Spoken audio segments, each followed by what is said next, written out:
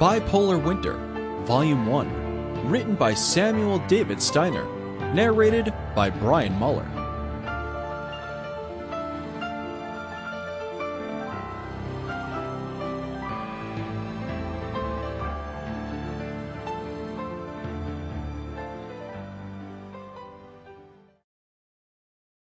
Prologue.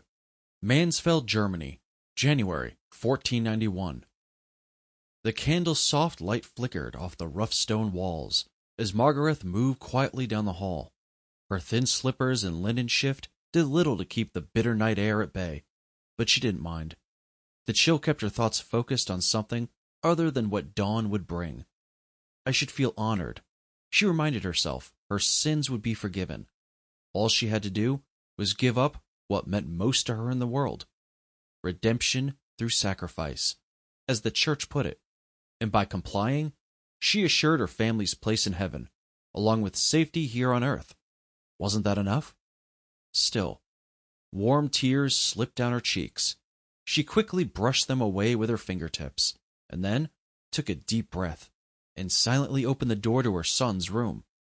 Candlelight pushed against the darkness, falling on her son's angelic face as she stepped over the threshold. Seeing he had kicked off his blankets, she smiled and set her candle on the small table beside his bed to tuck him in again. But her hand stilled as fresh tears flooded her eyes. Would she never see his sleeping face again? Never see him smile or hear him laugh? Why, God? Why do you demand my son? He stirred, his eyes fluttering open. Mama? Yes, Martin, she said softly. His eyebrows furrowed. Why are you crying?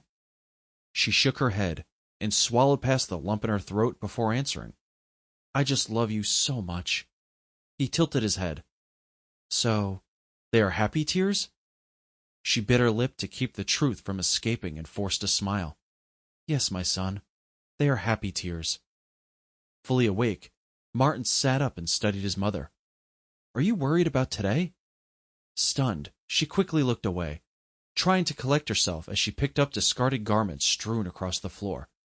No, of course not. I am just a little nervous, that is all. Not me, he said. It is part of God's plan, after all.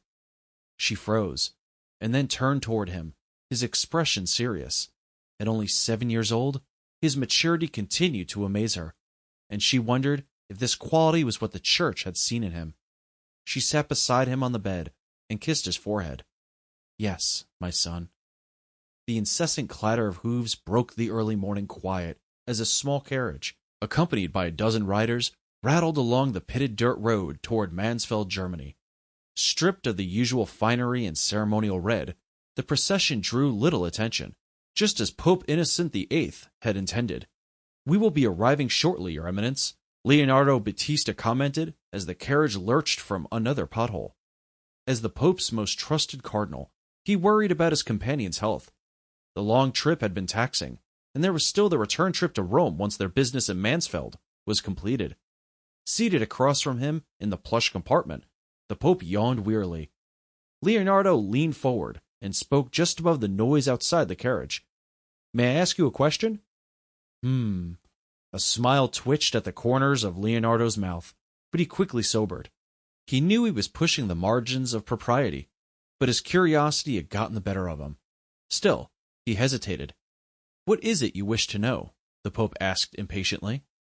Excuse my boldness, Your Eminence, but is she really a witch? Does it matter? Pope Innocent bit out, his expression stern, his eyes piercing through Leonardo. She associated with witches. That is enough, is it not? Leonardo sat back and lowered his eyes. Yes, Your Holiness. The Pope yawned again. Witches are heretics, and all heretics must be punished. Their sins too great to be forgiven through Christ's sacrifice. Leonardo nodded. But she will be allowed to live? By my grace, yes, and in return, she will become our willing servant. She is perfect, as is the boy. From what I hear, he is an outspoken hellion, Leonardo murmured. The Pope let out a loud barking laugh. Sample complete. Ready to continue?